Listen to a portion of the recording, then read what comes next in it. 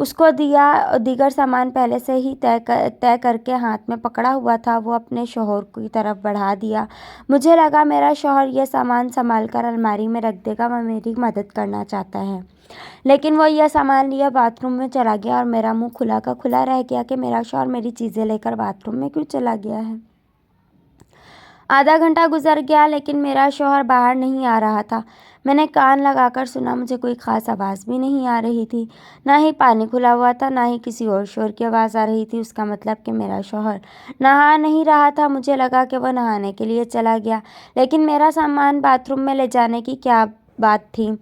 کبھی کبھی انسان کے سامنے کچھ ایسی صورتحال آ جاتی ہے جس کے بارے میں اس کو بالکل بھی اندازہ نہیں ہوتا، اس کو پتہ بھی نہیں ہوتا کہ وہ کیا کرے، یہاں تک کہ وہ کچھ سوچنے سے بھی قاصر ہو جاتا ہے۔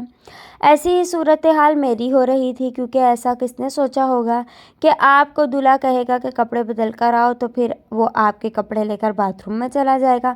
اس بات کی آخر کیا تک بنتی تھی؟ 2 گھنٹے کے بعد میرا شوہر باتھ روم سے باہر آیا۔ اس کو دیکھ کر میرے پیروں تلے زمین نکل گئی۔ زمین تو کیا نکلنی تھی، میرے سر سے آسمان بھی اڑ گیا۔ ایسا لگتا تھا کمرے کی دیواریں بھی آس پاس سے غائب ہو گئیں اور میں کسی صحرا میں کھڑی ہو کر یہ منظر دیکھ رہی ہوں۔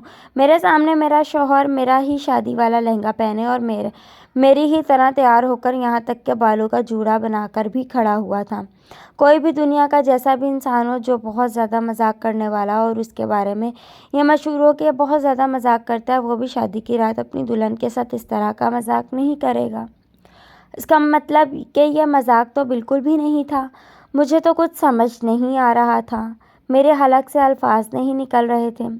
جب میرے شوہر نے اپنے کان کے پاس ہاتھ رکھ کے اپنے نکلی بالوں کو پیچھے کیا اور کہا کہ بتاؤ میں کیسا لگ رہا ہوں، تم پر تو یہ رنگ بالکل بھی نہیں جچ رہا تھا، اتنے اچھے سوٹ کو تمہیں پہننا نہیں آتا، تم نے کیسے دوپٹہ اس طرح رکھا ہوا تھا، اس کو کندھے پر رکھا تھا، اچھے خاصے سوٹ کا تم نے بیڑا غرق کر دیا، تم پر پہنا ہوا تو ایسے لگ رہا تھا کہ جیسے 2 ٹکے کا سوٹ ہے، لیکن اب دیکھو میں نے پہنا ہے تو جیسے اس میں جان آ گئی ہو، دیکھو اس کو ایسے پکڑتے ہیں۔ میرا شوہر تو بات ہی نہیں کر رہا تھا بلکہ میرے کانوں میں پگھلا ہوا سیسا ڈال رہا تھا۔ میں نے کہا کہ کیا ہو گیا، یہ کیا کر رہے ہیں آپ نے میرے کپڑے کیوں پہنے ہیں، اوپر سے اس طرح کا میک اپ کیوں کیا ہے، کسی نے دیکھ لیا تو کیا ہوگا۔ اس نے کہا کہ مجھے ان چیزوں کا بہت زیادہ شوق ہے، میں نے جب اس لہنگے میں تمہیں دیکھا تو میرا دل کیا کہ میں اس کو پہنوں، اور باتھ روم میں جو سامان پڑا ہے وہ بھی میرا ہے، اس کو تم بالکل ہاتھ نہ لگانا۔ ابھی مجھے پتہ چلا کہ تم نے چیز ادھر ادھر کی ہوئی تھی، لیکن آج کے لیے تمہیں معاف کر دیتا ہوں۔ اگر تم نے میری چیزوں کو دوبارہ ہاتھ لگایا تو مجھ سے برا کوئی نہیں ہوگا۔ مجھے اس قدر غصہ آ رہا تھا، مجھے ایسا لگ رہا تھا کہ مجھے الٹی آ جائے گی۔ میں نے جلدی سے کمبل اٹھایا اور کمبل کو سر تک تان کر سو گئی۔ میرا شوہر بعد میں بھی مجھ سے پوچھ رہا تھا کہ میں کیسا لگ رہا ہوں، مجھے ذرا غور سے دیکھ تو لو، میری 2-4 تصویریں تو بنا لو، شوٹ کی تصویریں میں خود کیسے بناؤں گا، سیلفیاں تو خیر سے اچھی آ جائیں گی۔ میں نے اپنے کانوں پر ہاتھ رکھ لیا، میری آنکھوں سے آنسو نکلنا شروع ہو گئے کہ میرے ساتھ کیا ہو گیا۔ میں ایسی لڑکی تھی جس کو شادی کا بہت شوق تھا اور مجھے ایک مرد سے شادی کرنی تھی جو مرد کی طرح میرا خیال رکھے، میرا محافظ ہو، جسے دیکھ کر مجھے احساس ہو کہ یہ میرا شوہر ہے اور یہ ایک مضبوط انسان ہے، اور یہاں میرے سامنے کیا کھڑا تھا، کیا کہتی ہے میں اس کو، کون تھا وہ۔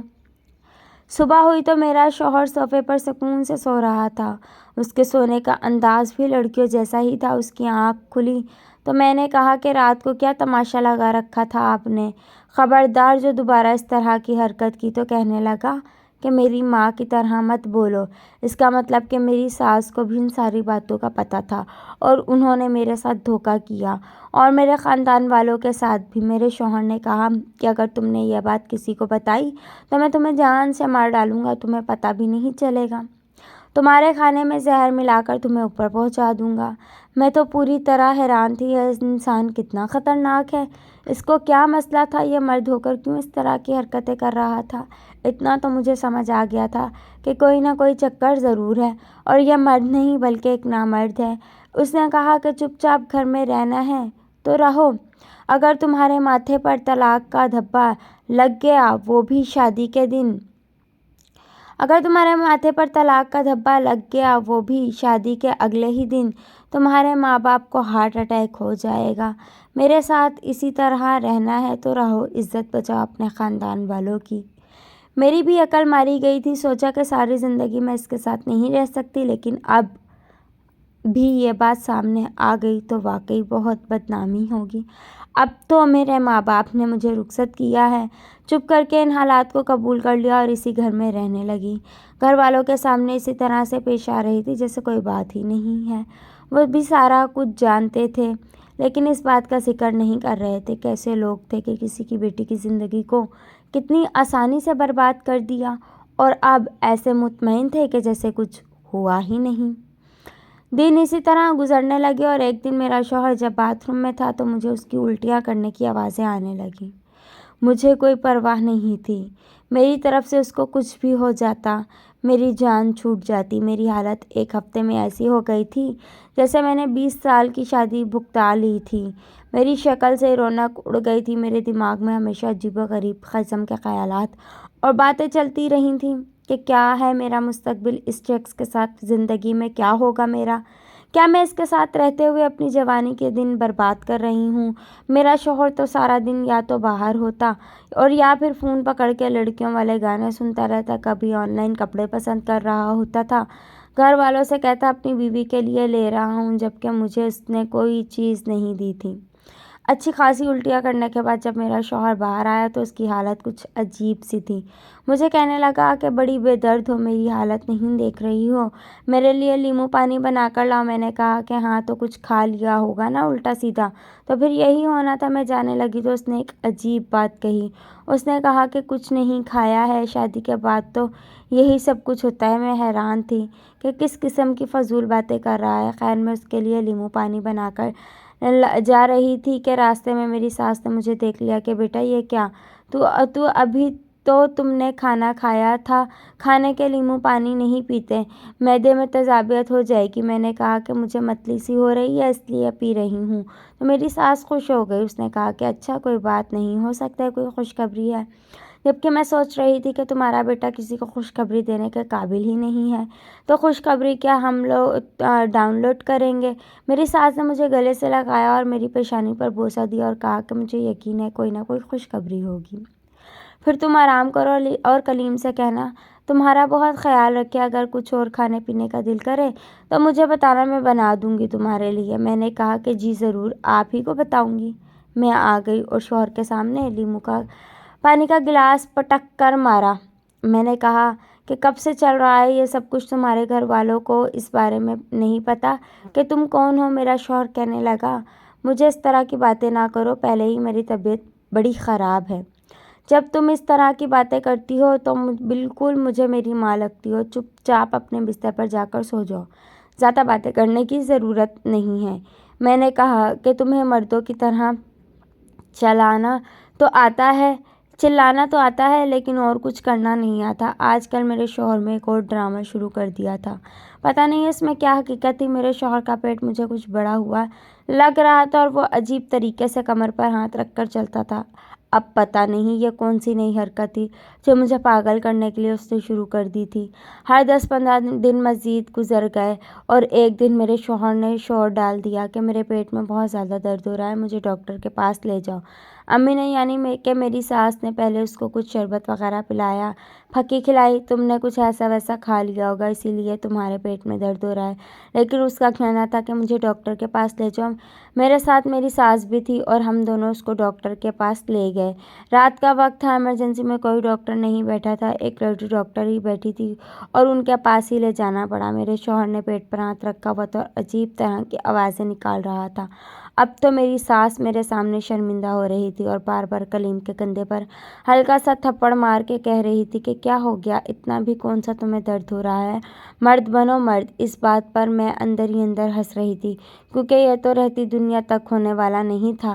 ڈاکٹر نے جیسے ہی میرے شوہر کو دیکھا تو اس نے ایک عجیب سی بات کر دی اور ہم لوگ حیران رہ گئے۔ ڈاکٹر نے کہا کہ یہ تو ایسے چل کر آ رہے ہیں جیسے ان کا تیسرا مہینہ ہے اور پیٹ بھی ایسے نکلا ہے۔ میری ساس نے بھی کانوں کو ہاتھ لگا لیا۔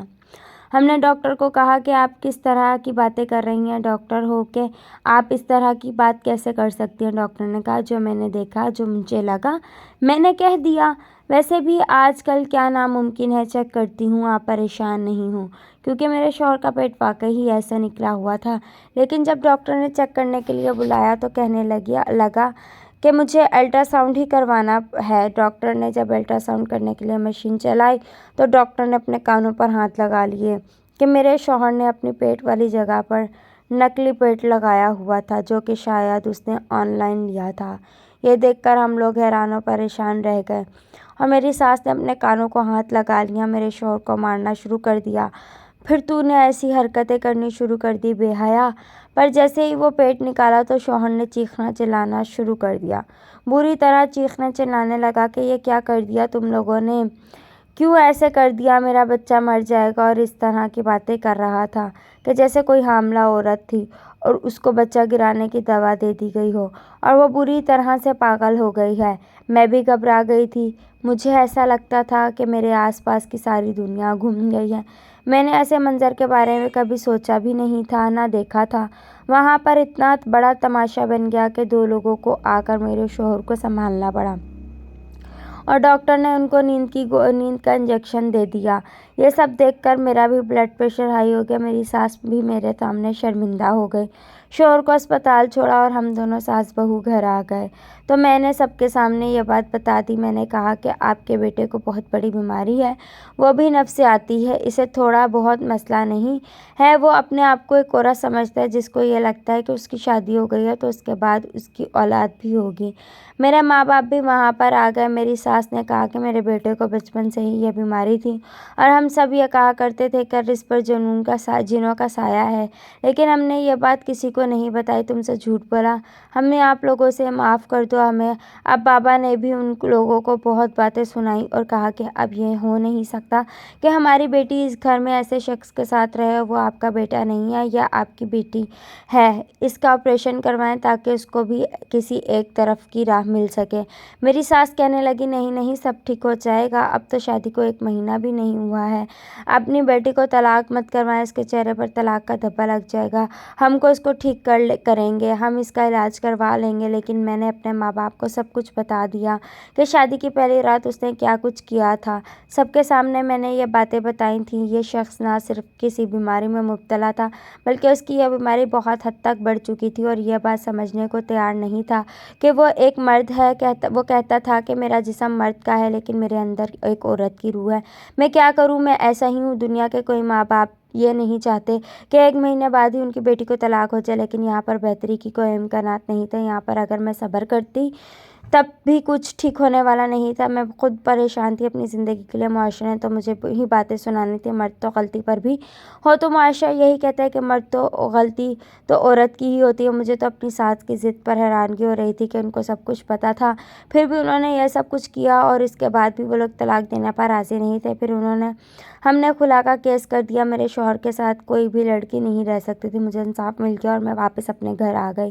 میرے ماں باپ نے مجھ سے معافی مانگی کیونکہ جلدی میں انہوں نے یہ سب کچھ کیا تھا، لیکن اس کے بعد نہ جانے کیا ہوا میری زندگی میں۔ جب یہ واقعہ ہوا تو میری بیماری بالکل ٹھیک ہو گئی، پتہ نہیں یہ کیسے ہوا تھا، لیکن اب میں بالکل ٹھیک تھی اور میں نے کچھ سال تک شادی کا نام بھی نہیں لیا، اپنی پڑھائی جاری رکھی۔ جب میں 24 سال کی ہو گئی تو پھر میرے ماں باپ نے میری شادی کروائی، وہ بھی جب میں 24 سال کی ہو گئی تو وہ بھی ایک بزنس مین کے ساتھ، اور بہت ہی اچھا انسان تھا۔ آخر میں یہی کہنا چاہوں گی کہ کسی کی بیماری کو اس کے دماغ کا فتور نہیں میں سمجھیں، بس ہر بیماری کا یہ علاج نہیں ہوتا کہ اس کی شادی ہو جائے گی تو وہ ٹھیک ہو جائے گا۔ کچھ بیماریاں ایسی ہوتی ہیں جن کا علاج شادی بالکل نہیں ہوتا۔